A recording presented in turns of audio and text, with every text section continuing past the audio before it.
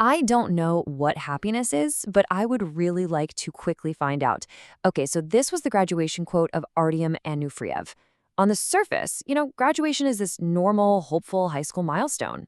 But knowing what we know now, these words actually serve as a deeply chilling window into a really dark, utterly empty reality. This wasn't just typical teenage angst, it was a massive psychological void that was about to be filled with unspeakable violence. Welcome back.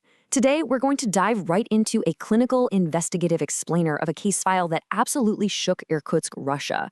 We're examining the Academy Maniacs. They were two outcast teenagers who ended up forming a completely lethal bond.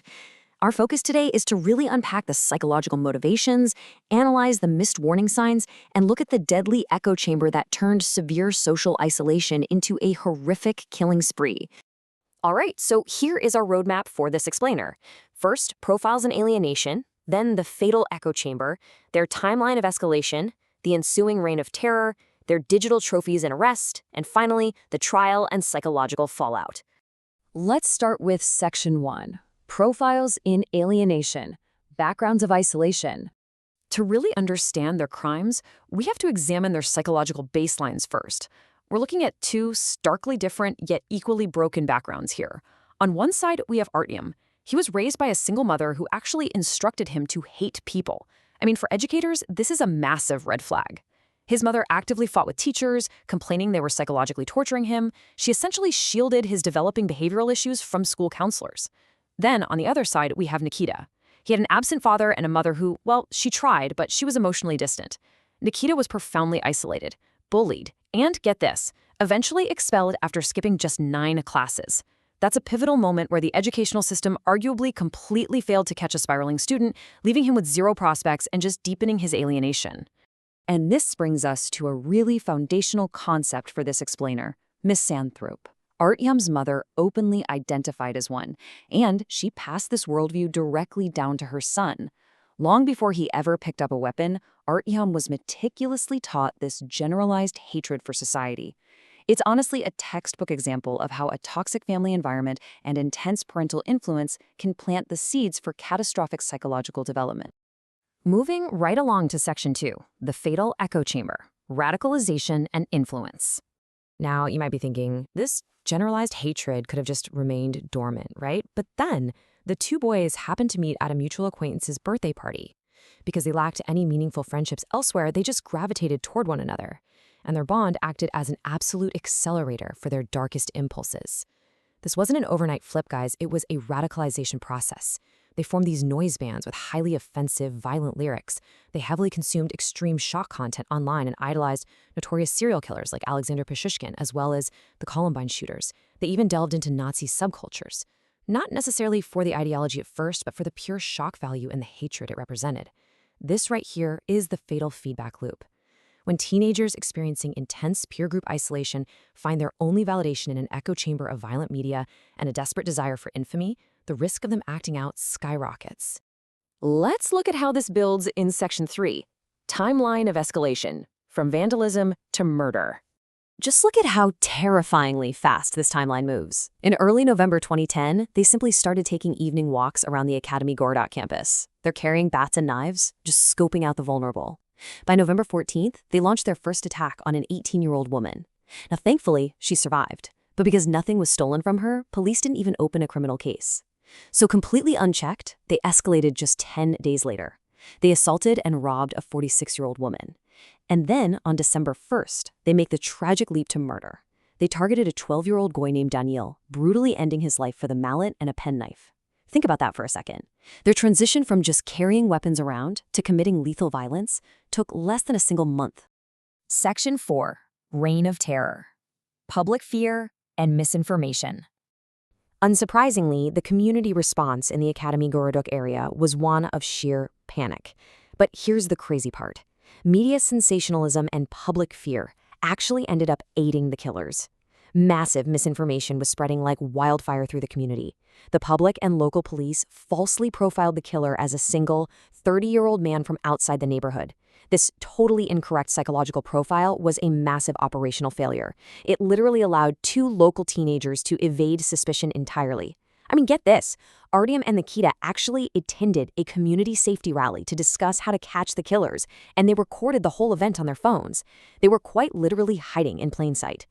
Shielded by this widespread misinformation, their spree continued with terrifying randomness. They murdered a 69-year-old lead researcher, and chillingly, they recorded the audio of the attack. They brutally ambushed a pregnant woman and her 6-year-old niece, who miraculously survived, thank goodness, and they repeatedly targeted vulnerable homeless individuals. Their methods diversified, too. They started incorporating airsoft and BB guns. The sheer brutality was just constantly escalating, fueled by this dangerous mix of adrenaline and a deeply pathological need for digital infamy. They literally wanted to be seen as gods, deciding who will live and who will die. Which brings us to Section 5, Digital Trophies and Arrest, the Forensic Breakdown. So let's treat this next part like a forensic breakdown for criminal psychologists. How did this spree finally end? Well, ultimately, their insatiable need for internet clout was their total undoing. In April, they filmed the horrific mutilation of a 63-year-old homeless woman. Driven entirely by ego, Artyom leaked this video to an online friend. But the actual fatal mistake happened at home. Nikita carelessly left his camera out in the open. His uncle, Vladislav, picked it up, saw the gruesome footage, and immediately did the right thing. He ran the camera straight to the police. Within an hour and a half, the so-called Academy maniacs were detained. And this brilliantly illustrates the real forensic reality of their crimes. Investigators didn't just find weapons, like the 60mm mallet and the knives. They found undeniable psychological markers. We're talking physical trophies, like 4 human teeth and a victim's hat. But even more importantly, they found digital and written trophies, memory cards packed with videos, and notebooks filled to the brim with violent vulgarity. These weren't just tools. They were the morbid souvenirs of a radicalized duo who were absolutely desperate to memorialize their hatred. Section 6, Trial and Psychological Fallout. The Divergence. So once they were captured, that whole unified killer duo front completely shattered. It revealed 2 vastly different psychological reactions to facing the consequences of what they'd done. Artyom was incredibly cynical and highly performative. He blamed nationalist groups, he blamed the media, he made this totally cliché apology video to try and sway public opinion, and he even self-harmed in the courtroom out of sheer emotional rage and manipulation.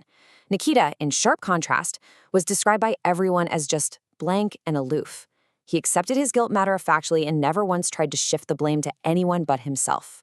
While in detention, Nikita wrote a letter that actually provided a really rare moment of clarity. He wrote about his extreme isolation, his bullying, and how losing his way in school was essentially the beginning of the end for him. He concluded with this line, "I proved nothing by killing innocent people. I am guilty and I am ready to accept the punishment." It is just a stark, tragic admission of how unchecked isolation and a toxic echo chamber entirely ruined his life along with the lives of so many innocent people. The legal milestones of this case concluded tragically, pretty much as expected. Artyom was sentenced to life in a special strict colony, and to this very day, he continues to completely deny his guilt and deflect blame. Nikita, because he was technically a minor at the time of the murders, had his sentence reduced to 20 years on appeal. However, his psychological deterioration just continued. He was diagnosed with a severe mental disorder while incarcerated, and Nikita ultimately died by suicide in prison in November of 2021. So, we've looked at the broken homes, we've looked at the missed warning signs in schools, and the dark digital echo chambers that fuel this absolute nightmare. And this explainer leaves us with one critical, really urgent question. How do we stop the fatal feedback loop of societal isolation and internet radicalization before it creates the next tragedy? Prevention absolutely starts with intervention. By recognizing the early red flags of severe social alienation, we just might be able to pull someone back from the brink before they cross the point of no return. Thank you so much for joining me for this explainer. I really hope it gave you the vital insights you need.